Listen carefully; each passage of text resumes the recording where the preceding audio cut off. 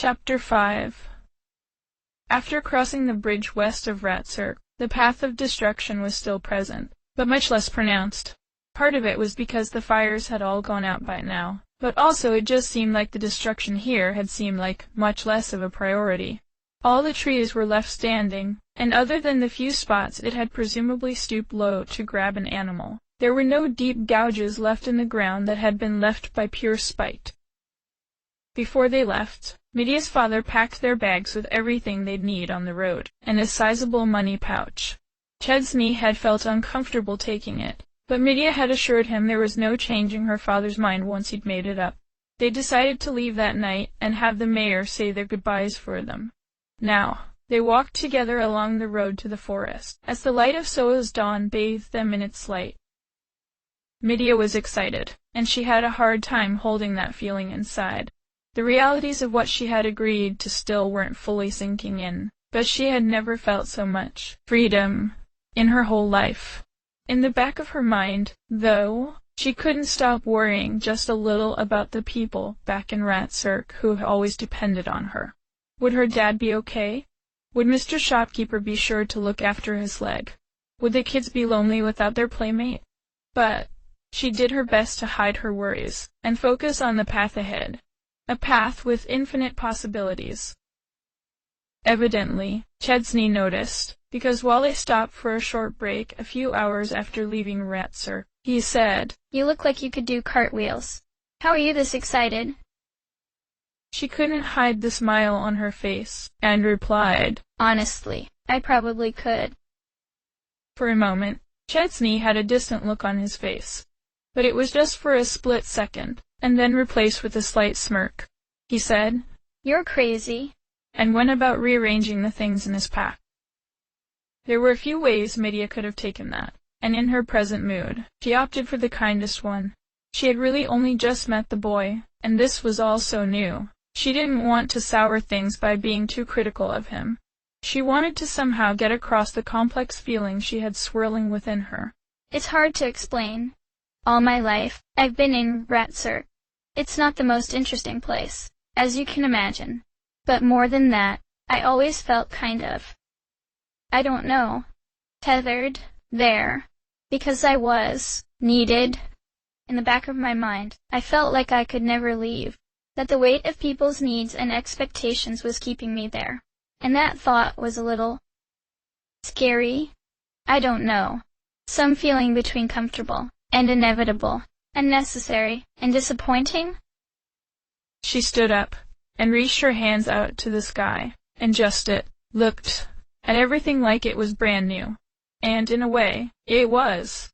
Her voice was filled with joy. "But now, going on this journey, it's like a weight has been lifted from my shoulders, that the universe is telling me that no, this is what I was meant to do.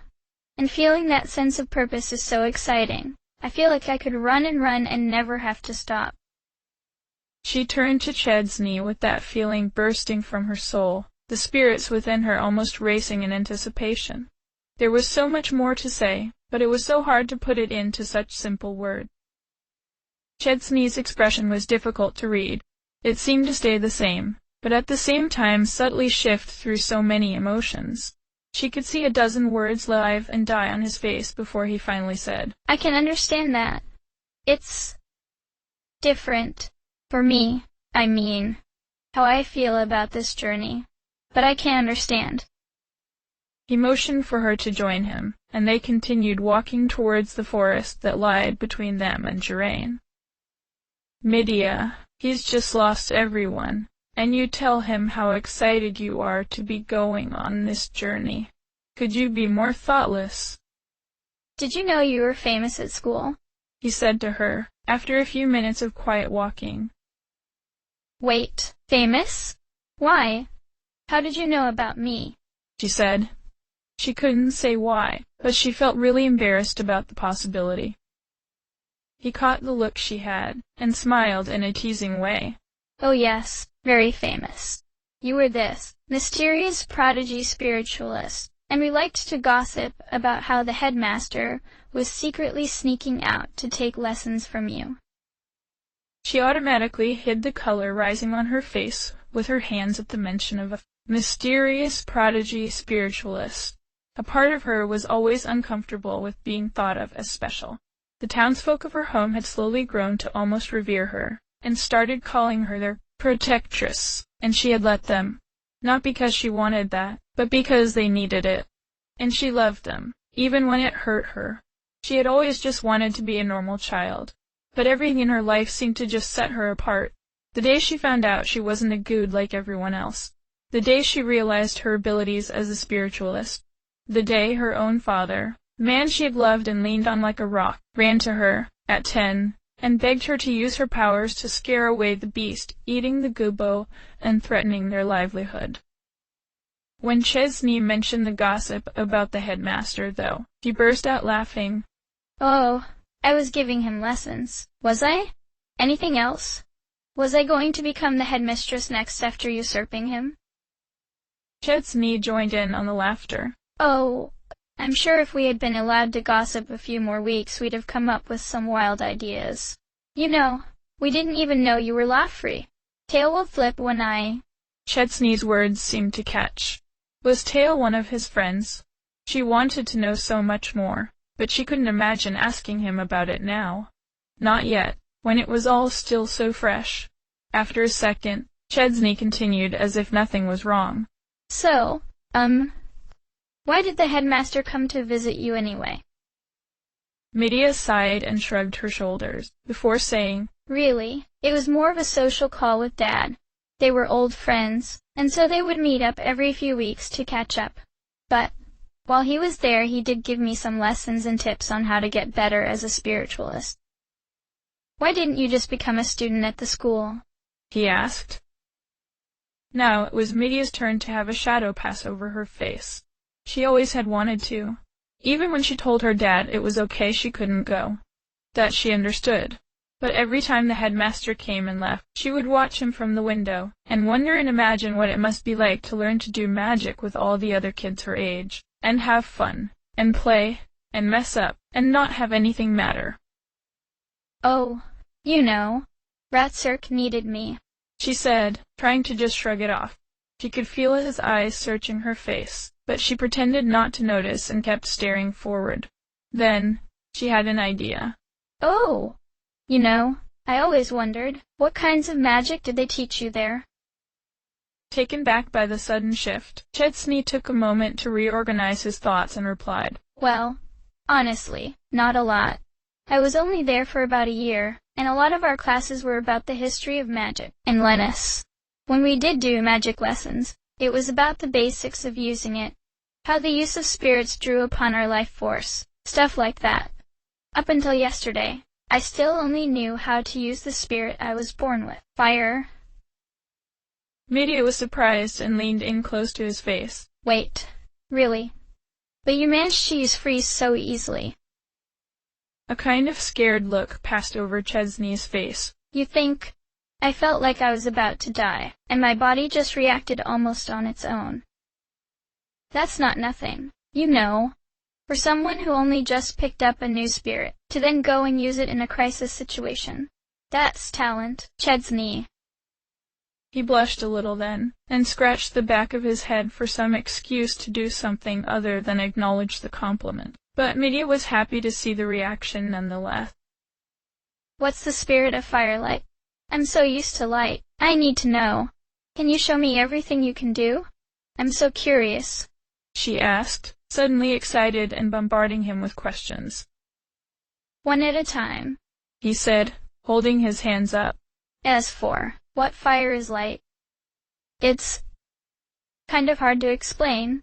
He sniffed a laugh at his own poor and vague replay. These were the sprits. Oh, they were hard to explain. Imagine a dessert. You see it before supper, and they tell you you can't eat it until after supper. But you can't stop thinking about it. You want to eat that dessert right now. Fire can be kind of like that sometimes. It sees something and I can feel the thing's desire to burn. But not yet. What's light like? She raised her eyebrows and gave a look that seemed to convey it was its own kind of handful for her. Ah, light, dot. The spirit I was born with. It's almost like déjà vu. At times, It feels like coming to an answer before you even have the question. And always being irritated at how slow things are. Like when you're talking to an old person and you know exactly what they're trying to say, but they're saying it so agonizingly slowly, you want to scream. To light, there's no transition, no compromise. There is start and end, on and off, here and there. As she said those final words, first she pointed to herself, then she gestured to a nearby large boulder, and instantly a bolt of lightning thundered from her 2 fingers and scored a deep black pit into the rock. Medea couldn't keep the huge grin off her face as she saw Chesney's jaw drop. She didn't like to brag, but she did certainly take a certain amount of pride in her skill in using magic. Incredible, he said, almost in a whisper. You almost broke that boulder apart. Chesney looked at his own hands, lost in thought. That's not all. I have a lot of spells I can use. Actually, she said, beaming, eager to show off her talents now that the topic had come up. It wasn't often she had a new audience, after all, and something inside her made her want to impress this boy. I have the spirits of light, earth, and sphere, so altogether I'm able to use 6 different abilities. Full of excitement, she took a quick look around, and found a distant and suitable tree for her demonstration. Here, check this out. Race me to that tree. Chesney shrugged and agreed, and took his pack off. At the count of 3, they both started racing towards the distant tree.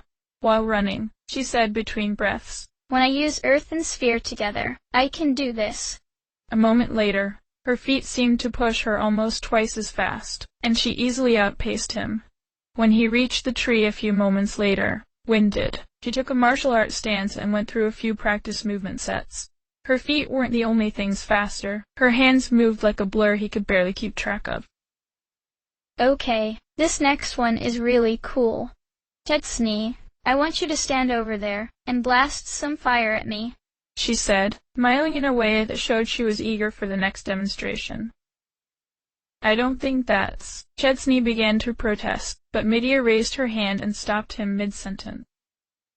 Trust me on this one, okay? I'll be fine. Sighing resignedly, Chesney took a stance and waited for a signal. When I combine the spirits of sphere and light, she began, motioning for him to blast her. No hard feelings if you lose some hair, he mumbled to himself, and grabbed hold of the feeling of warmth inside him and pushed it out. Just before it would have engulfed Medea, a shimmering film quaked in between her and the fire. To Chesney's astonishment, the transparent film seemed to dissipate most of the fire, but a large portion was reflected right back at him. I can summon up a wall that reflects magic back at the caster. Unfortunately, Chesney had been expecting it to come back at him, and he hadn't been properly prepared. Caught flat-footed, the blast of fire engulfed him. He was able to bring an arm up to protect his own head, but the blistering heat raised painful welts on his skin. Suddenly realizing her game had gone too far, Medea's expression collapsed into horror, and she ran to Chesney's side. Oh no, I'm so sorry. Chesney! Her mind stumbled over more words of apology, and her hands hovered uselessly over his burns while she tried to think of what to do. This all went so terribly wrong, she thought to herself. Why did I do something so dangerous? And I hadn't even warned him. Through the pain, Chesney glanced up at Medea and croaked, Try Sophie's crown. She hated how she felt in that moment, so much like a silly, stupid child. Useless. Why am I so useless? Gingerly, so very gently, she touched Chesney's arm as close to the burn as she could get without causing him even more pain, and closed her eyes to concentrate. Putting on the crown for the first time had almost been like opening an eye she had never known she had. Her awareness had spread to something, and suddenly she knew if she concentrated, she could take energy from it, and use it to heal. There was no need to understand the how or why. It was just suddenly something she knew.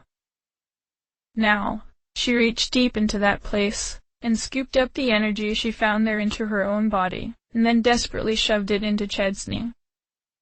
Instantly, He sighed in relief, and they both watched the skin on his arm return to a normal color and the inflammation cleared away. There were so many things Medea wanted to do in that moment. She wanted to apologize more, to help him up, to make it all alright. She worried that if she started saying sorry, she would never stop. She worried that touching him might hurt him more, that he must be regretting taking her along already, and they had only just barely set up. Chesney shook his head slowly, and got up of his own accord, with her hovering above him not knowing what to grab, where to be, to help, or stay away. He wouldn't meet her eyes, and spoke something so quietly only he could hear it. She had so many questions she wanted to ask. What he had said, what he was feeling, about school, about his friends, and him, but in her mind all she could see were wounds too tender to touch, and she was too afraid to try. Her mind was a dark cloud of swirling worries, but her mouth stayed silent. "Let's just keep going," he said, again so quietly, but she could almost hear the hundreds of unsaid things behind it. The dawn came and went. Midday came and went. The wind grew strong. The sandy soil and tough grasses gave way to small copses of trees, and the copses of trees led them to a great wall of wood, swaying dangerously in the wind like a reef of sea whips, waiting for foolish little fish to draw too near. And through all that time another word had not been exchanged between them. The pressure of the silence between them was too great to bear walking next to him, so she walked several paces back. Her mind spun in great wheels, remembering, considering, analyzing, proposing, arguing, aching, giving up, and again, over and over. More than anything she wanted to talk to him, to know what he was thinking, to clear the air, but every word died in her throat. Did he think she was childish? A burden he regretted bringing along already? Was he still angry about the accident? Had he thought it was intentional? Had she touched a nerve before, and never realized it? Or was he maybe completely oblivious to her, and was instead lost in his own feelings? Or maybe this was all just a way to avoid thinking about all the things she was trying deep down not to think about. The wind grew stronger, and the sky, darker. Moments after a single great crack of thunder, a torrential downpour assailed the two of them. The leaves above quickly filled with water, packaged and assembled it, and delivered it to the forest floor in huge globs that slapped loudly all around them. They slapped their skin painfully too, and wherever they hit clothes were immediately drenched. It made an awkward march into a miserable one. The humidity in the air made her body somehow both too hot and too cold, and what she had thought to be soft traveling boots quickly turned into a pair of chafing, blister-making torture devices. The both of them sagged doubly now, pressed under the weight of heavier packs, soaked clothes, heavy thoughts, and knowing there was no shelter to be had and a long way left to walk. Well, she thought to herself, it can't get much worse, at least. She very quickly regretted thinking it. Things could always get worse. The forest was always awash in small noises. Chirping birds, buzzing insects, the rustle of small things under piles of dead leaves. There was a great deal of life here, but it always seemed to be far away, or around the next hill or dense thicket of trees. Soft sounds filling the air as only echoes of presence, like walking through a room that was only moments ago occupied. All of that now was drowned out by the wind and the splattering of water bombs from above. Now, truly, she felt they were the most alone they had been since entering the wood. The snapping of wood, very nearby, quickly dispelled that illusion. Her heart instantly jumped into her throat. Her limbs were almost paralyzed with terror at the thought that maybe, just maybe, that a lorn soldier had recovered and set off after them, and would try to kidnap her again. She had thought it hadn't gotten to her, that it happened, and she was safe now, and wouldn't let it happen again. But for a few terrified heartbeats she could almost feel the hands coming to grab her, and she shrieked and tried to run. By pure instinct, she ran towards Chesney, who was looking madly in every direction and trying to yank his weapon from the now swollen scabbard. When a huge, tan, hulking animal lumbered out of the trees ahead of them, she almost wanted to giggle with nervous relief. Almost. "What on Lennis is that?" Chesney gasped. backing away without thinking, completely overwhelmed by the size of it. Medea had seen these before. One had roamed too close to the village once, and she and a few other brave men had been able to chase it off, barely. It had a strange, loping gait, because while it had arms and legs, it mostly walked by supporting itself on its bulging, muscular arms. Its torso was almost comically fat, but she had no doubt it was somehow all muscle. Some were even smart enough to wield weapons, she was told, and its head was crowned with a full head of hair so bushy and matted that it made seeing its face impossible. But there was no mistaking the snarl that came from beneath. "It's a Kong," she said, looking up at it. "Oh, immortals, this thing is almost twice as tall as I am. "They're big, mean, strong, vicious, and very territorial." There was a long moment of silence that hung between them, as both sides seemed to wait for what the other would do. "Maybe if we back away, it will just let us go." She was about to voice that idea, when Chesney suddenly took an aggressive stance, slashed warningly at the beast, and yelled out for it to get out of here. "Oh no, what is he?" "Chesney, no." But she was too late. Seemingly frustrated that the Kong didn't move an inch, Chesney went one step farther. He thrust out his hand and fire exploded out into the moist air at the thing. The air hissed with steam as the humidity and the rain vaporized. The Kong did not appreciate this one bit. The stalemate had been broken. The Kong loosed a roar that shook the lungs inside her chest, and barreled at them, huge filthy hands tugging at the muddy ground to pull it ever faster. It left a small trail of smoke where bits of its fur had been singed. They both dove out of the way, but the beast had eyes only for Chesney now in its rage, and it scrambled at the ground to turn around and chase after him. To Medea's amazement, Chesney actually managed to get in a blow with the dagger while diving out of the way, though it might as well have been a paper cut in comparison to the thing's size. The moment didn't last, though, as Chesney quickly had to turn and run as fast as he could just to keep out of the thing's grip. The familiar stoicism of Earth and the always curious fear were ready for her when she reached out to them, and together their influence spread out to Chesney. Instantly, his speed nearly doubled. "Whoa, what is happening?" he cried out in surprise, rather than easily keep out of the thing's grasp, though he overshot the path he was on instead and nearly collided face first into a tree. As it was, he still grazed it with his shoulder, and bounced off hard into the mud. The Kong easily caught up to him now that he was sprawled down in the mud, but because of the increased speed he was able to turn over with plenty of time to see the great thing's fist coming down to smash him. In response, Chesney brought up the blade and braced against the ground beneath him, allowing the beast to impale its own fist. The blow was strong, almost too strong for Chesney to hold up against, but the instant hesitation from the gargantuan hulk at having the dagger sink into its flesh lessened the strength enough for Chesney to not be greatly hurt. Howling in pain, the Kong backed off and away from Chesney long enough for him to regain his footing, and square up against the thing. He stumbled and swayed once, as he had gotten up, as though he wasn't used to his own body anymore, but to his credit did not fall over. With the extra speed, he tried to slash down at the creature, but went wide off the mark. He growled, I'm not used to this at all. I keep overshooting."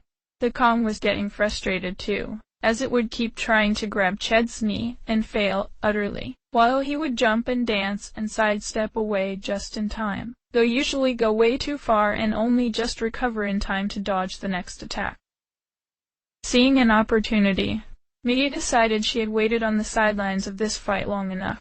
Her steady partner, Light, was at her fingertips before she could even consciously decide she was going to call forth a bolt of lightning. With a battle cry, she felt the energy of her very life transform into a force that needed escape, and so she pushed it up her arm, and thrust her arm to the heavens. A great bolt flashed from her to the sky, and came crashing down with even greater violence, stealing power from the storm that raged around them. It howled in pain as its limbs jerked under the forced tension. Thought it wasn't quite dead yet. Chesney saw his chance, took careful aim as the beast was paralyzed from the shock, and drove his dagger home into the beast's chest. With a shudder, it moaned, and collapsed to the ground, unmoving. Medea's body shivered as the adrenaline began to wear off. They both took a moment to take several deep breaths to recover. Once they both felt the danger had passed, they relaxed enough to let their feelings crash back into them. Medea was no longer of two minds about how she wanted to deal with Chesney and the events of the day. She was mad at the foolish risk he had taken, and, now that she was mad, everything else that had happened was now colored in that anger. What was that fool thinking? Trying to scare off something that could have smashed us into a pulp like that? And for that matter, wasn't it obvious I was sorry? Why make me stew in my own thoughts the whole day like that? All her feelings bubbled and formed, burst, reformed, dissolved, and boiled into each other, until at last it was too much. She clenched her fists, stomped over to him, and yelled, "Chesney, what did you think you were doing back there?" "Me, saving our lives. It was you who almost got us both killed," he replied, the outrage plain on his face as he tried to wipe away all the mud on his damp clothes. "Excuse me? Who was it that decided they would try to shoo off a giant hulking beast by scaring the heck out of it? Did it ever occur to you that we could have just left?" Her hands were flying through so many gestures to get her point across, that when Chesney joined in with his own, it was like a den of snakes had learned interpretive dance. "Oh, you think that thing would have just let us go? Don't be so deluded. It was just trying to figure out which of us it wanted to eat first. And what was that stunt with the magic? I nearly cracked my skull open." "Don't be stupid. I was obviously trying to help, which you obviously need a whole lot of," she screamed, in frustration. Something shifted in Chesney's face, and he returned just as ferociously. "Well, warn me next time you're going to help me, so I can prepare for my inevitable death first." Medea's face turned red as she tried to shove down what she wanted to say next, and she just yelled, "Ugh, you jerk. Let's just keep going. But don't talk to me." "Fine by me," he growled, angrily shouldering his pack, and started stomping through the mud to the west. Grumbling curses under her breath, Medea walked back to her own pack, shouldered it, and walked to the west as well, though making sure she was so far away from Chesney she could mostly pretend she was alone. As she walked past the body of the Kong, a small part of her was just sad that it had to be killed. This was completely avoidable, she thought. She had been so excited to go on this adventure, and now it felt like the whole thing was going to be a huge mistake. She had just wanted to be useful. She spent the next hour thinking of all the things she wished she would have said, and wondering if all boys were as immature as this one, or if he just happened to be a special case. Sometimes, as she looked in his direction to make sure they didn't lose each other, they would catch each other's eyes. Each time, she would silently ask herself if she should try to call out, but then the hurt part of herself would remind her that she hadn't done anything wrong, and so why should she be the one to make the first gesture? After the woods had begun to thin, and a worn path became visible that they had started to loosely follow, though, she looked up and saw that Chesney had stopped at what looked like an opening in the wood. For a long moment she stopped too, until she sorted out her thoughts and felt it was just too petty to wait, and slowly trudged up to where he was standing. When she finally approached, he somehow looked just as miserable as she felt, absolutely soaked, covered in mud, and with a defeated look in his eyes. He gestured to something in front of him. When she looked in the direction, it took her a moment to understand. The forest ended here essentially, blocked by a huge unscalable cliff. To the left, where once the path they were following seemed to go, was now completely destroyed by a massive rockslide. Somehow, mere feet from the devastation and completely untouched, was a tiny sign that read, "Jurain." The silence drew on as they both held the problem in their hands and turned it over and measured and inspected it. The cliffs in front of them were incredibly tall, mostly smooth, and completely unscalable. Beyond the rockslide was a steep drop straight into the ocean. To Medea's surprise, it was Chesney that broke the silence. He spoke looking anywhere but at her, I've thought about it, and the only option we have is to go around the other way, and hope we can circle back. The thought of another day, or more, like this was like poison in her stomach, but she knew he was right. Had known it the second she had seen the destroyed path. Sighing deeply, he continued, Let's just stop here and continue in the morning. I'm exhausted. Fine, she had said, and she simultaneously did and did not regret the terseness of her reply. They tried to find some modicum of shelter from the downpour, but there was not much respite to be had by the now thinned trees. To add to their troubles, neither of them had much experience setting up their tents. They bickered and argued over which way to put what poles, and how to keep the tents dry. What they ended up with were saggy and damp things that barely kept out the wind and rain. For dinner, they argued about trying to cook, before Chesney stomped off in a huff and went out looking for wood to burn, and Medea set about getting the cookware ready. It was a losing battle trying to keep bugs and debris from the trees and wind out of them, and to keep their dry rations from getting ruined. When Chesney returned with a bundle of soaked-through sticks, there wasn't much hope in his eyes as he set them down and blasted them with fire. He had tried several times to get a fire going hot enough to sustain itself in the rain, but it was in vain. He tried for so long that he actually visibly paled and weakened, and frustrated as she was, Medea was forced to grab him to stop before he hurt himself.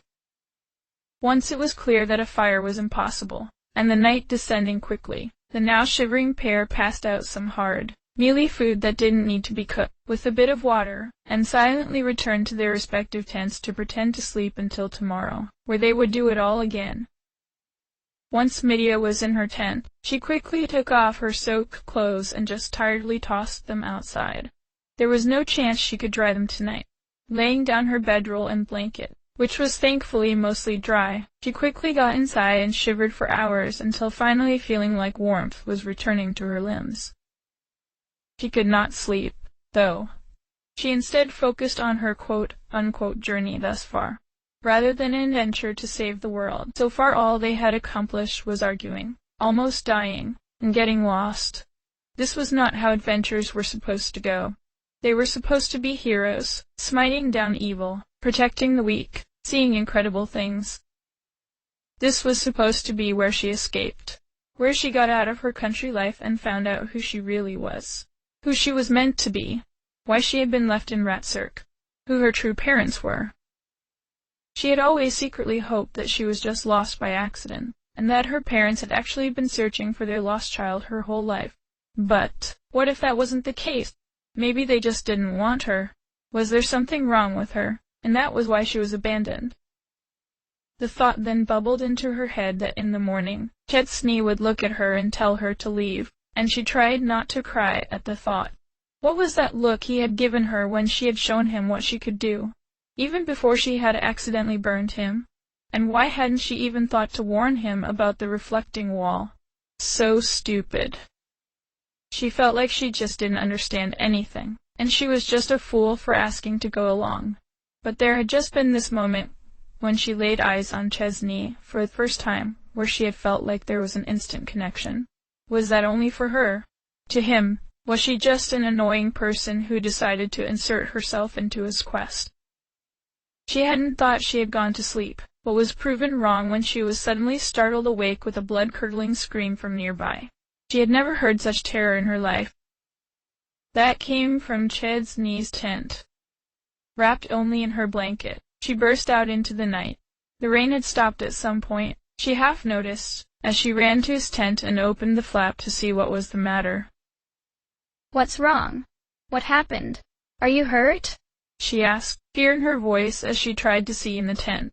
She called upon the tiniest sliver of light's power to cause a small arc between her thumb and finger, and in the sparkling light she could finally see. Chesney was bolt upright in his bedroll, gasping deep breaths and with a wide-eyed, horrified look on his face. He was covered in sweat. He also didn't seem to know what was going on, was just staring off into space. Chesney! Chesney! Wake up! She said, trying to carefully sit down next to him in the very small tent. She grabbed his shoulder and gently shook him until he looked at her. There was a sharp intake of breath. The air inside the tent became warm, and then hot. Medea got the distinct impression that something terrible was just about to happen. Chesney! It's Medea! Calm down. Chesney lit up the tent with a tiny bead of fire balanced on his finger, and his wild eyes searched hers for a few moments before he finally relaxed a bit, and tried to calm his breathing. The air cooled. Eventually, he croaked out, Nightmare. Sorry. About waking you, I mean. She breathed a sigh of relief. I'm just glad you're not hurt. After a long, drawn-out silence, she let curiosity get the better of her and asked, Do you have them a lot? Sometimes. I used to get the same nightmare a lot, he said. He hesitated before continuing. But this one was new. He shivered now, and wrapped himself in his own blanket. Do you want to talk about it? She asked. Emphatically, he shook his head. I'm sorry. I just can't. That's okay, she said, softly. Since he was calming down, she continued. Do you want me to go? She asked, and cringed internally as though she hadn't meant to. It sounded like she was asking him if he was going to send her home. Sure, you can go. No. Wait, he said, looking at her. Actually, can you stay? I'm kind of too afraid to sleep anymore. It was silly, but inside she was suddenly relieved. Sure, just let me put something on.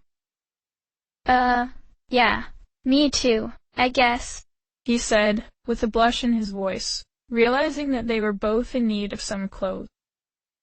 After Medea got dressed in her spare set of traveling clothes, she got the bright idea to grab a set of well-worn playing cards and a candle from her pack.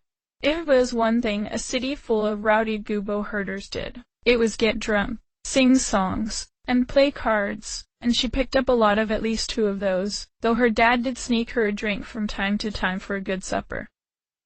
Back in Chesney's tent, he had also gotten dressed, and when he saw she brought cards, and quickly stashed away his bedroll and bag outside to make room.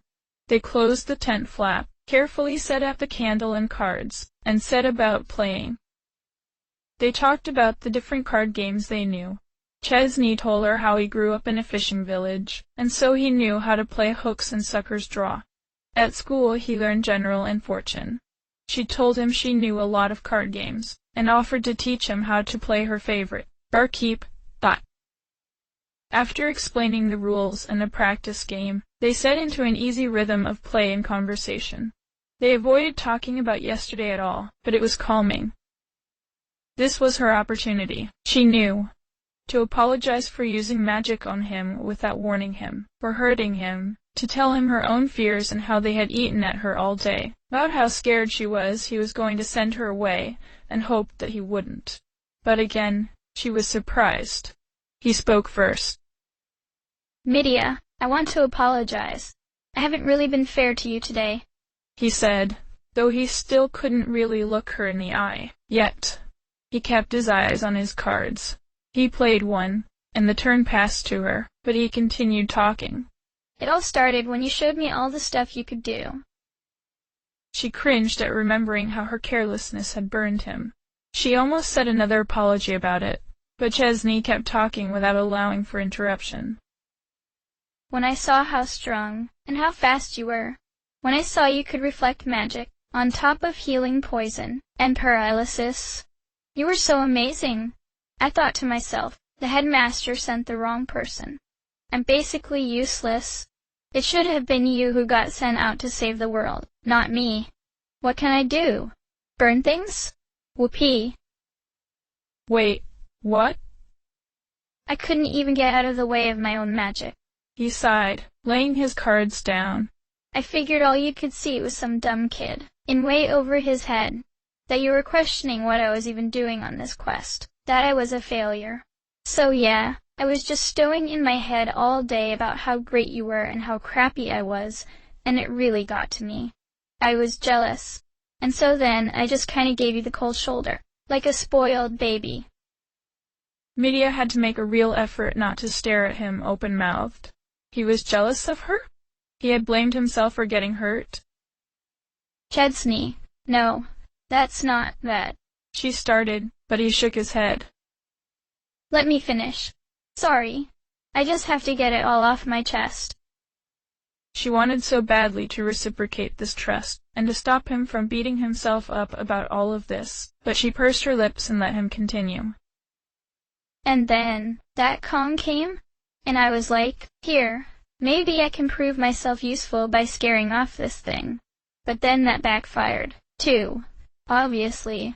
And you tried to save my life with the whole speed thing. But at the time it just felt like you thought I wasn't good enough on my own and needed help, and I couldn't even fight right. That you must have thought I was a weakling after all. I got so mad at myself, it boiled over and I yelled at you when you were just trying to keep us alive. And you were so right, that wasn't a fight we even needed to be in, and like a fool I rushed into it. But I was so worried, that if I didn't, that you'd think I was a coward too. She thought back to the event with newfound sadness, and then realized that right after that she had said how he obviously needed a lot of help. Oh no, he must really think I find him useless. He sniffed, and she could see tears welling up in his eyes. When he started talking again, it was strained, like it was a struggle to form the words through his sadness. Medea, I just want to say, I'm sorry. I know I've been a total jerk, trust me. And I made a lot of mistakes already. And I have no idea what I'm even doing. But I'm new at this, and I'm still learning. But I promise, I'll get better. I know. I really need your help. So please, don't leave. I'll learn to fight better. We can practice. I'll get new spirits and now. At last, it was too much, and Medea couldn't let him pour out his heart anymore. Chesney, stop, just stop, please. She dropped her cards and just held his hands. She looked at him and couldn't hold back her own tears. You're not useless. You're strong, and brave, and smart. You rescued me from who knows what horrible thing. And you're not the one making dumb mistakes. It was me this whole time being a selfish child. He tried to speak, to negate what she was about to say, but she shushed him and spoke again. All my life, I've been scared of being stuck, alone, and never finding myself, just being what everyone needed me to be, and not my own person. So, when you showed up, it was like, wow, I can get out into the world and find myself. And then I start off by telling you how excited I am, not even thinking about how you must feel after losing everyone you care about. I felt like such an idiot. So, then, I started to get scared. Like, that you thought I was just a burden, and I had to prove myself to you. I needed to show you I was useful. So then, I go showing off, and then I hurt you. Again, because I just wasn't thinking about anyone but myself. Medea, that's not me. He started to say, but she turned determined eyes to his and shook her head. When she tried to say the next part, it couldn't quite come out. She breathed in sharp and sobbed out. And this whole time you thought getting hurt was your fault, that somehow it was you who screwed up and you blamed yourself. It just makes my heart break. Chesney, I was so scared you thought I was some clumsy idiot, and you were going to send me away. And then the calm came, and I just used magic on you without even telling you? You were right, you could have died. There was no way you could use that on your first try. I practiced with it for weeks. I have no idea what I was thinking. I just froze up, and let you do all the fighting, and then I yelled at you and I made you feel even worse, and At last, it was too much, and she couldn't say any more and covered her face with her hands as she sobbed and sniffed and cried. It was then that an arm and a blanket wrapped around her. He was crying too. They stayed like that for a long while, letting all their hurt out. Eventually, their sorrow quieted, and all that was left was the occasional sniffle and shaky breath. At last, Medea said, "There's snot all over my face, isn't there?" "Oh yeah. Like, everywhere," he said, and they both burst out into laughter. "Oh wow, don't make me laugh, my chest hurts enough already," she said through her laughter. "Hey, you asked. I was just giving you an honest answer." "Here's what I think of your honest answer," she said, wiping her face and wiping it on Chesney's cheek. That's so gross. He squealed and they both started laughing hard again. Once they could breathe again and their sides didn't feel like they were so deeply bruised, Chesney said, I think we should have a new rule. Let's not keep things from each other, okay? She nodded. Okay, yeah. We've got a long road ahead of us. It's going to take forever if we fight the whole way. She paused a moment, then continued. Second rule. Don't interrupt card games with heartfelt confessions just because you're losing. He looked at her, with a mock-aghast expression. I was not losing. She smirked. You're so bad. Chesney. How dare you? I will destroy you at hooks. Let's go. He replied, picking up the cards in a huff and shuffling them deftly in his fingers. You're on, Buster Dart. And so, they whiled away the hours until the morning was well underway, playing cards, having fun, and basking in the brief respite they stole from their long journey ahead.